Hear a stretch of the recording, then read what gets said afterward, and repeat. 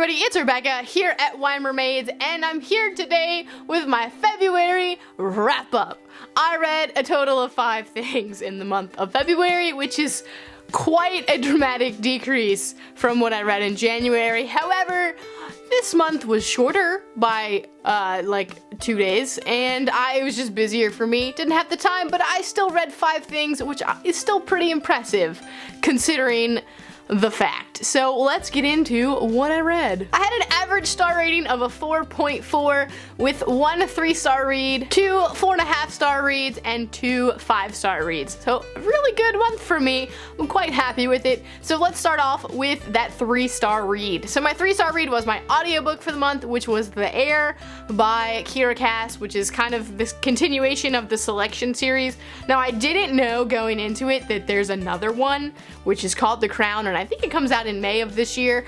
I didn't know that. So I thought it was a one story kind of thing. So the ending really threw me off because it's a cliffhanger, and I was like, way to just leave it open for me to figure out on my own.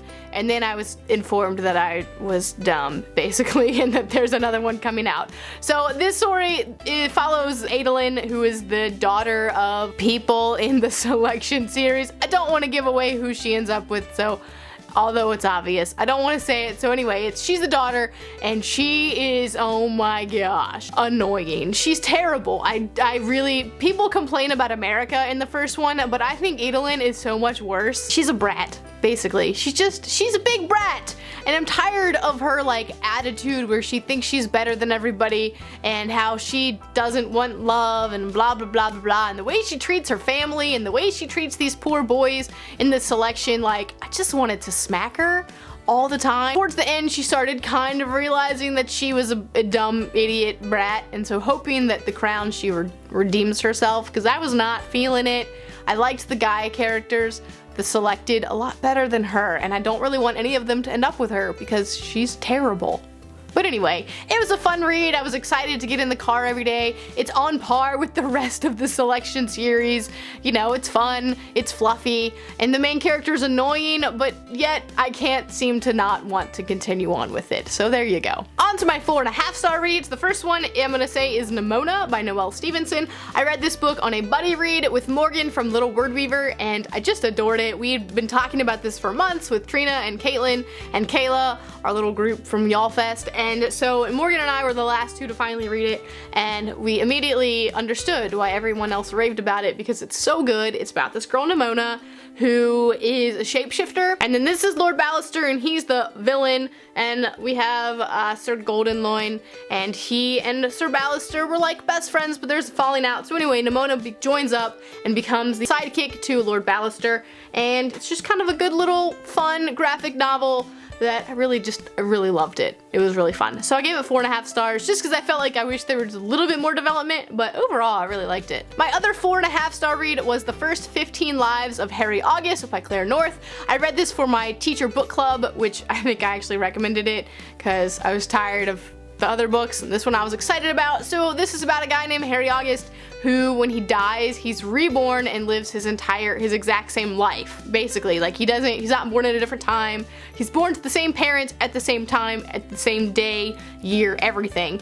How he chooses to live his life can vary from time to time, but everything is kind of the same at the base. And it's an exploration of changing things and time and science, and what do you do with hundreds and hundreds and hundreds of years that you relive, and do you change things, do you not change things, and what happens if you do try. It was slow at times, especially because you get all first 15 lives, you get a lot of information about them, which can be a little draggy, and the science, sometimes there's conversations that I was like, oh, I can't read this right now because I'm too tired and I need to sleep, so it was hard to, it was draining on my brain. But overall, I did really enjoy it. I thought the end was really picked up, and it was just kind of fun, so I did give it 4.5 stars. And my 2 5-star reads were both third books in trilogies, and the first one I'm going to mention is Quintana or Quintana of Sharon by Melina Marchetta. This is the 3rd book in the Lumatere Chronicles, which starts with Finnegan of the Rock, and I just adored it. This one continues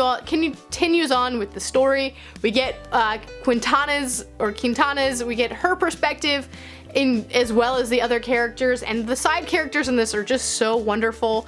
There's a really great backstory and world building and rich dynamics, and I loved how everything kind of tied together in the end, and it was a really satisfying conclusion to a fantastic trilogy. And the very last one I'm going to mention today, I promise that I will slowly start to stop mentioning. I don't know if I can make that promise, but I'm going to try, and that is of course Morningstar by Pierce Brown, the third book in the Red Rising trilogy, and I've talked way too much about this one on my channel in the last few weeks, so I'm just going to direct you to my series review up here, and you can check that out and see my thoughts on this book. But basically, to sum it up, I loved it. I loved it. Well, that is all. Those are all the books that I read in the month of February.